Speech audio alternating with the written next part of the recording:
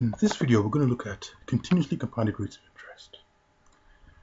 Now, suppose we have an effective interest rate I, and let's take a look at the nominal interest rate from of P of switch of P of I, and which of course is an interest rate per Y compounded annually, where Y is equal to P times M. Now, suppose that P is large. Now, before computers, calculating such a nominal rate would be difficult. When I'm saying large P, think of an interest paid daily, for example. The interest was compounded every day.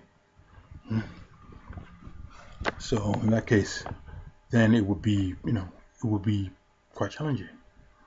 Now, of course, today with computers is not such an issue, but in the old days it was. So what actuaries did was they came up with some mathematical techniques to handle this kind of nominal rate, which we're going to take a look at now.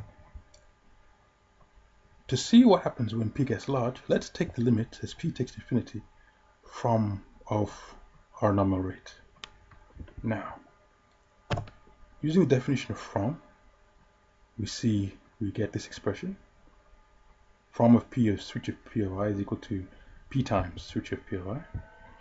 And then if we now use the definition of switch, we get the limit as P to infinity of P times the effective interest factor of I to the power 1 over P minus 1.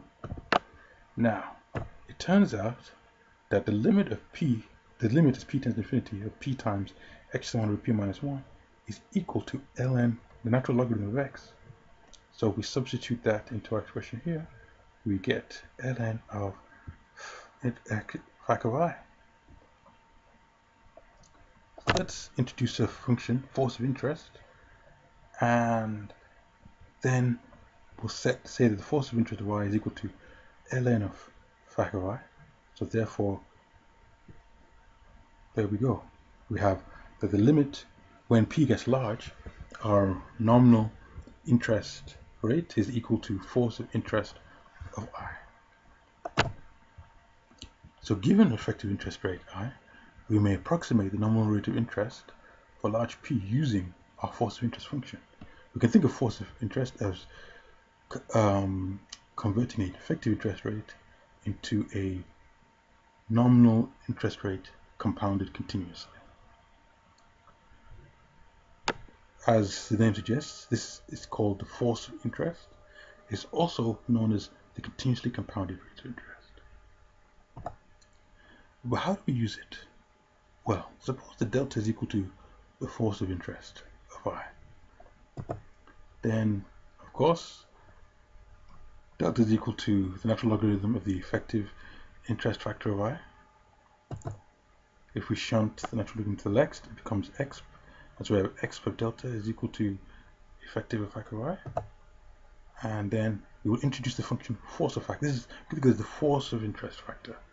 So the force of interest factor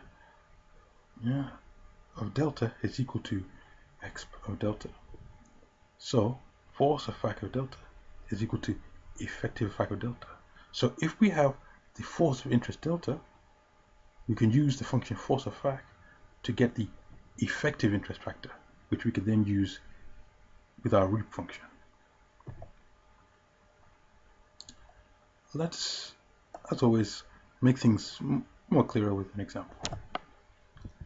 Suppose the interest rate on a 91-day 1,000 investment is nominal 6% per annum compounded continuously. Find the amount returned after 91 days. Assume the year has 365 days. We are asked to calculate reap of K of 91,365 10,000, where K is the effective interest factor. To obtain K, we must use the force of interest because we haven't been given the effective interest rate, so we have to use but we have been given the force of interest, so we have to use that to calculate K. Observe. We have that K is the effective interest factor, and we have that force of fac of delta is equal to our effective interest factor. In the question, we're given that delta is equal to 0.06, so that means that K equals force of fac of 0.06.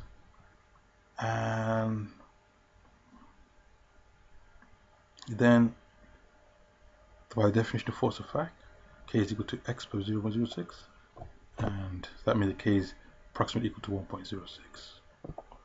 So we can now calculate our reap. K is equal to 0.06, so substitute in k. Then we use the definition of reap of k. Yes, it's the definition of reap, which we should be familiar with by now. And then we get 10,000 times 0.0691365, and just put that in our calculator, we get 10,150.71. Okay, so let's put this to work in an example. What we'll do is well, when I say an example, let's use Haskell, so we use our computer to do this. What we'll do is we'll define force of fact. We have the function force of fact, but we'll just call it f, and remembering a definition is equal to, now of course we could write f delta equals x delta, and that would be fine, but we can make this a bit shorter and just say f is equal to x.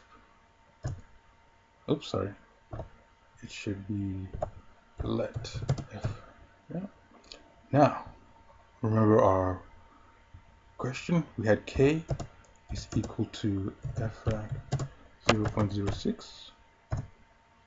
So did it again. Yeah, and then now we can just calculate reap. K into 1,365, 10,000. There we go, 10,150.71. Well, thank you for your attention, and until next time, goodbye and God bless.